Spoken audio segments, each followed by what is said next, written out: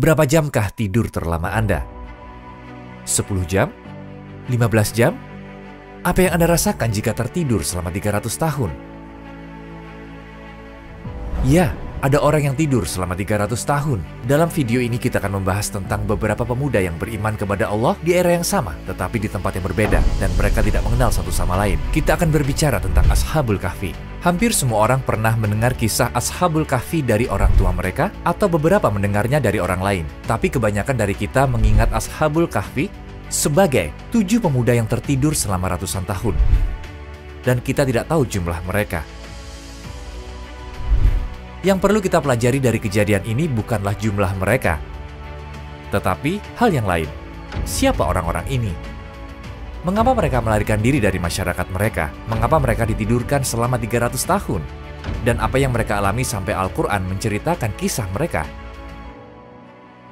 Dari sumber secara Islam dan yang lainnya, mari kita simak kisah Ashabul Kahfi bersama-sama.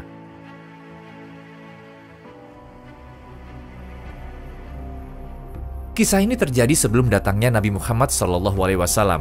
Ajaran Kristen belum diubah sepenuhnya. Di antara mereka adalah orang-orang Kristen Unitarian yang percaya pada keesaan Allah Subhanahu wa Ta'ala. Kekaisaran Romawi pada waktu itu percaya pada paganisme. Mereka tidak hanya mengimaninya, tetapi mereka juga memaksa orang-orang yang telah menganut Kristen dan percaya pada satu Tuhan untuk kembali ke kepercayaan lama mereka. Dan mereka benar-benar berusaha keras untuk mewujudkannya. Mereka bahkan menghukum orang-orang Kristen yang tidak kembali ke paganisme dengan hukuman mati yang paling sadis. Misalnya menyalib dan membunuh mereka dengan membakarnya pada api yang besar.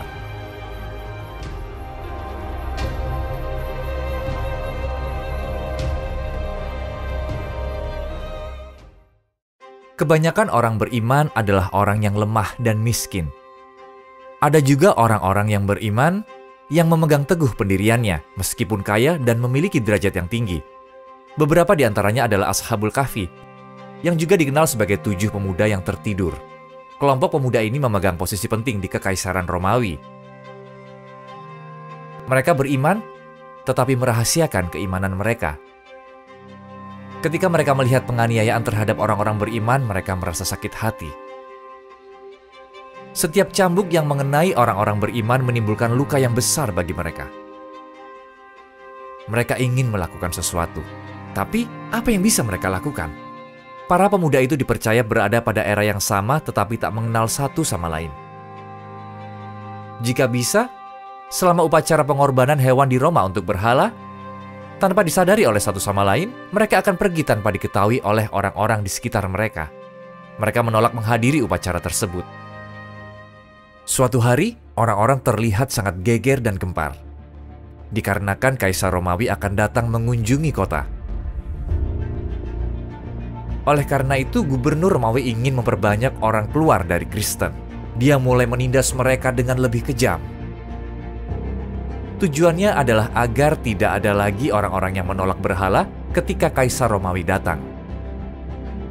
Tapi ada beberapa orang yang tidak mereka perhitungkan. Beberapa orang terpilih. Allah Subhanahu wa Ta'ala melindungi iman para pemuda tersebut sampai waktu yang telah ditetapkan. Sama seperti Rasulullah SAW.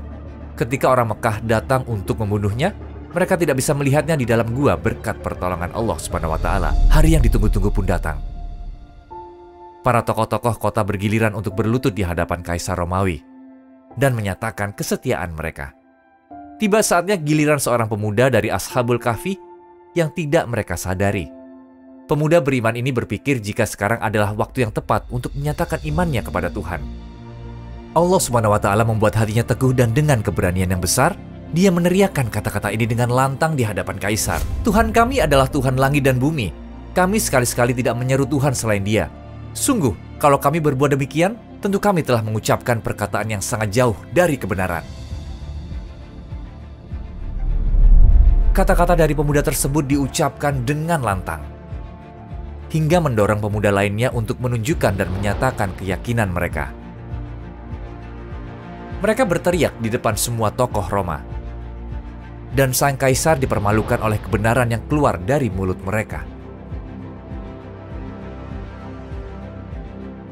Orang-orang di sekitar kaisar menginginkan mereka untuk dibunuh, tetapi sang kaisar tahu betul, jika pemuda-pemuda itu terbunuh, berita tersebut akan menyebar ke seluruh kekaisaran Romawi, dan pemuda-pemuda tersebut akan menjadi pahlawan. Dan sang kaisar sangat tidak menginginkan hal itu. Karena itu, sang kaisar memberi waktu 3 hari untuk kembali ke keyakinan lama mereka. Penganiayaan dan penyiksaan tidak menghentikan pemuda-pemuda itu dari apa yang mereka yakini. Kemudian pemuda-pemuda itu menemukan cara untuk melarikan diri dari kota dan melanjutkan perjalanan. Di ujung perjalanannya, dengan seekor anjing bernama Kitmir yang mengikuti mereka, karena bertawakal kepada Tuhannya, mereka berlindung di sebuah gua yang mereka temukan, yang diperkirakan lokasinya berada di Gunung Anjulus. Ketika orang-orang yang ingin menangkap mereka memasuki gua, mereka lari ketakutan. Bagaimana mereka bisa berada di dalam gua tersebut selama 300 tahun? Kita dapat memahaminya dari ayat-ayat dalam surat Al-Kahfi. Dan engkau mengira mereka itu tidak tidur, padahal mereka tidur, dan kami bolak-balikan mereka ke kanan dan ke kiri. Sedang anjing mereka membentangkan kedua lengannya di depan pintu gua. Dan jika kamu menyaksikan mereka, tentu kamu akan berpaling melarikan diri dari mereka. Dan pasti kamu akan dipenuhi rasa takut terhadap mereka. Dan akhirnya, Ashabul Kahfi terbangun setelah tertidur bertahun-tahun. Mereka merasa ada yang aneh. Mereka bertanya-tanya berapa lama mereka telah tertidur. Salah satu dari mereka mengatakan mungkin 1 atau 2 hari.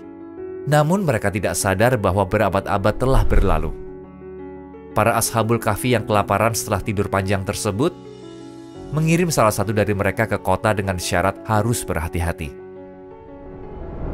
Dalam perjalanannya ke kota, dia menemukan sesuatu yang aneh. Sempat berpikir bahwa hanya beberapa hari telah berlalu, ternyata kota telah berubah drastis. Dia melihat gereja telah menggantikan kuil. Dia tidak melihat berhala di sekelilingnya seperti dulu. Percakapan orang-orang semuanya tentang satu pencipta. Seruan mereka tentang satu Tuhan di hadapan kaisar telah membawa orang-orang menjadi beriman. Orang-orang tidak lagi percaya pada berhala yang terbuat dari kayu dan batu. Di masa lalu kepercayaan pada satu pencipta sangat dirahasiakan. Tapi sekarang malah sebaliknya. Menyembah berhala lah yang dirahasiakan. Dia melihat sekeliling dengan takjub dan sekaligus ingin menuntaskan rasa laparnya. Pemuda ini melihat sebuah toko yang menjual roti. Dia membeli roti untuk dirinya dan teman-temannya. Dia memberikan koin perak untuk membayarnya. Pemilik toko roti mengira jika pemuda ini telah menemukan harta karun. Karena uang itu berasal dari era berabad-abad lalu. Tukang roti segera memberitahu otoritas Romawi tentang masalah tersebut. Kemudian pemuda itu dibawa ke istana dan menyadari kebenarannya. Bahwa mereka telah tertidur berabad-abad. Bukan 1 atau 2 hari saja. Tuhan Yang Maha Kuasa membuat mereka tertidur selama bertahun-tahun untuk sebuah alasan. Pada saat mereka terbangun, orang-orang di masa itu memiliki keraguan tentang akhirat dan mempertanyakan bagaimana kebangkitan bisa terjadi. Dengan adanya kebangkitan yang terjadi setelah berabad-abad lamanya, semuanya paham dan mengerti akan satu hal. Hidup ada di tangan Allah SWT.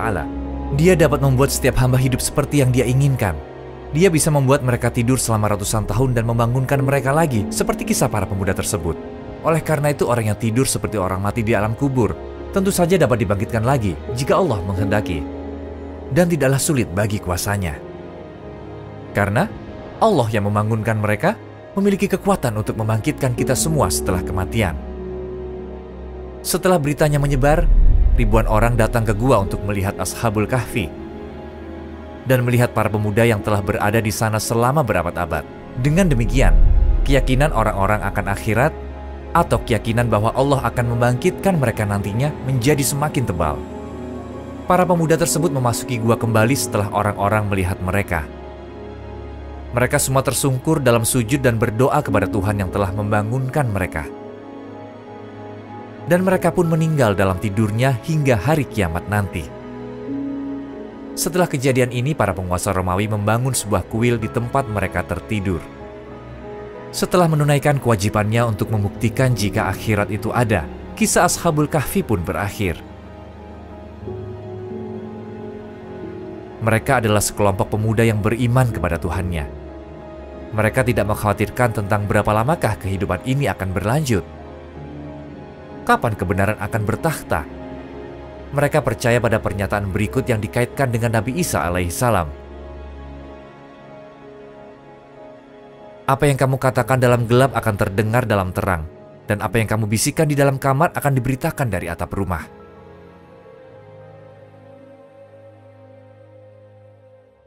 Satu-satunya kekhawatiran mereka adalah, apakah kita bisa melihat hari-hari itu? Allah menunjukkan kepada mereka hari-hari tersebut. Hal yang sama pun terulang saat penaklukan kota Mekah. Pada hari itu berhala dihancurkan dan kebenaran diumumkan dari jalan-jalan Mekah dan atap Ka'bah. Nabi Muhammad SAW yang merupakan rahmat bagi seluruh alam membacakan ayat berikut. Dan katakanlah, kebenaran telah datang dan yang batil telah lenyap. Sungguh, yang batil itu pasti lenyap. Hari ini, ketika sebagian dari kita melihat keadaan dunia dan orang-orang saat ini, kita menjadi khawatir dan bertanya, berapa lama umat manusia akan terus seperti ini? Kapan kebenaran akan kembali menang? Kita mungkin malah jatuh dalam keputusasaan. Tapi Ashabul Kahfi adalah contoh paling sempurna bahwa kita tidak boleh putus asa. Penaklukan kota Mekah adalah bentuk yang paling nyata. Apa penyebab Nabi Muhammad SAW yang merupakan rahmat bagi seluruh alam menjangkau miliaran orang saat ini?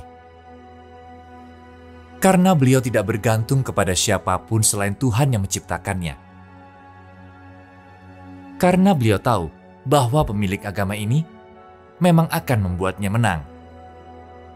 Itulah sebabnya ketika para tokoh Mekah datang membawa tawaran yang besar, Nabi berkata, "Kalaupun matahari diletakkan di tangan kananku dan rembulan di tangan kiriku, agar aku meninggalkan perkara ini, sehingga Allah memenangkannya atau aku binasa, pastilah tidak akan aku meninggalkannya." Jadi, Nabi menolak tawaran tersebut, karena tujuannya adalah spiritualitas, bukan materi dan kebenaran akan menang.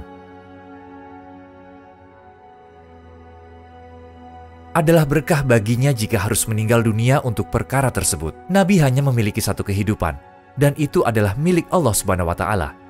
Allah akan menyempurnakan cahayanya, tidak peduli apa yang akan terjadi, baik dengan atau tanpa kita. Dia tidak membutuhkan kita untuk melengkapi cahayanya, namun kita perlu menjadi bagian darinya. Sebagaimana cahaya tersebut adalah penyelamat kita. Assalamualaikum saudara-saudaraku. 98% penonton kita termasuk video ini belum mensubscribe channel ini. Seperti yang kalian tahu, kita adalah sebuah organisasi non-profit dan kami tidak memonetize video-video kami. Jadi satu-satunya alasan kami meminta kalian untuk mensubscribe adalah untuk menyebarkan kebenaran. Mungkin terasa tidak berpengaruh, tapi insya Allah mungkin bisa menjadi sarana petunjuk untuk banyak orang. Nah, silakan klik tombol subscribe dan mari berjalan bersama menuju keabadian.